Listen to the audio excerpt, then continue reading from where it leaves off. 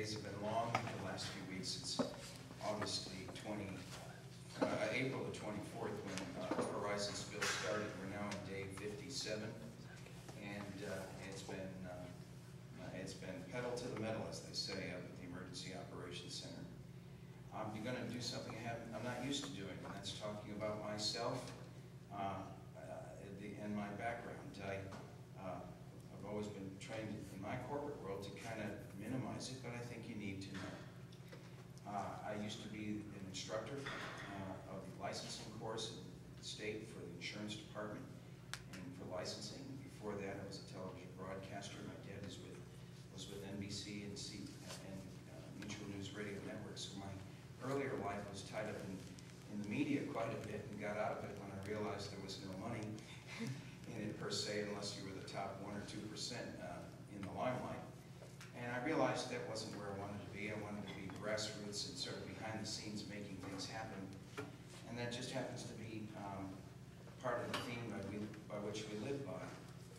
And that is that the politician will tell you what you want to hear, but it's the leader that will tell you what you need to know after he listens and learns and feeds back to you. And that's what I've tried, that's the creed I've tried to live by in these last 4 years in this job. Prior to this job, my whole life was from the corporate world. After I left the insurance and the business world up in Connecticut, I started coming down to Pensacola about 23 years ago to audit the books of the general contractor that was building my company in California. Of all crazy things, I won a lottery. It was an FCC-controlled lottery. It was for the disbursement or the distribution of these license authorizations throughout the country. And the company went by the name of Cellular One. And we own the licensed franchise area, if you will, for all of Central California between, Sacramento and San Francisco to the north, all the way down towards Los Angeles. We sold the company, it's public record, we sold the company in 1996 for $125 million. Maureen and I owned over 12% of it. We decided that it was time in my life to get into do something good for my country. If you want to know why I'm standing before you, it was really not that easy. It was because my grandfather, I made a promise to my grandfather when I was a young boy, around 7 years of age, before he died, an old Italian immigrant who won the Purple Heart from World War I. He saved 14 American lives, and I remember, I didn't know at the time he was dying. My father took me to his bedside, and in an old, gruffy Italian voice, I'm kind of playing with some game, and as I recall, and he looked down at me off the bed, he says, "And you," and he said to my father, he said, "Dad, and you hold on to the heart, the Purple Heart." My father said, "Yes, Papa, I will." And he looked down at me, "And you," he says, "you serve your country." "Yeah, Gramp, I will." "No, did you hear me? You serve your country." "All right, I will." "You promise?" "I promise." That was at 7 years of age. I went off to my corporate world through life and moved to Pensacola after realizing how beautiful this place was back in about 20 years ago. Maureen and I actually became legal residents, but we had been here years prior. And I always felt guilty never having fulfilled my grandfather's promise to serve my country. Well, we had just sold the Cellular One telephone company, and Maureen and I were looking for things to get ourselves involved in. I formed another company, turned it over to Maureen.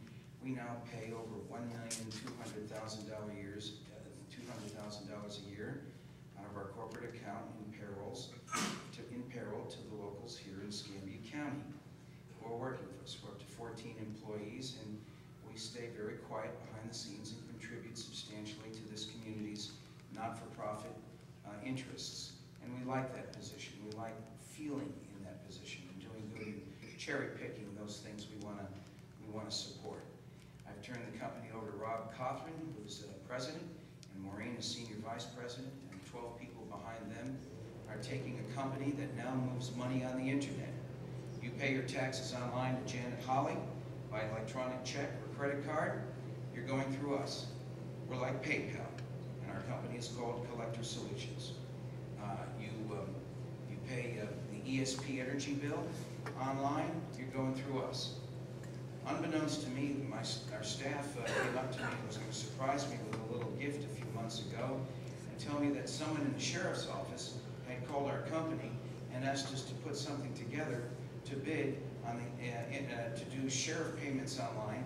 And when I finally realized what was coming down, we actually turned down the opportunity to do so, not because there was anything wrong with it, but we certainly didn't want to create the appearance of anything wrong.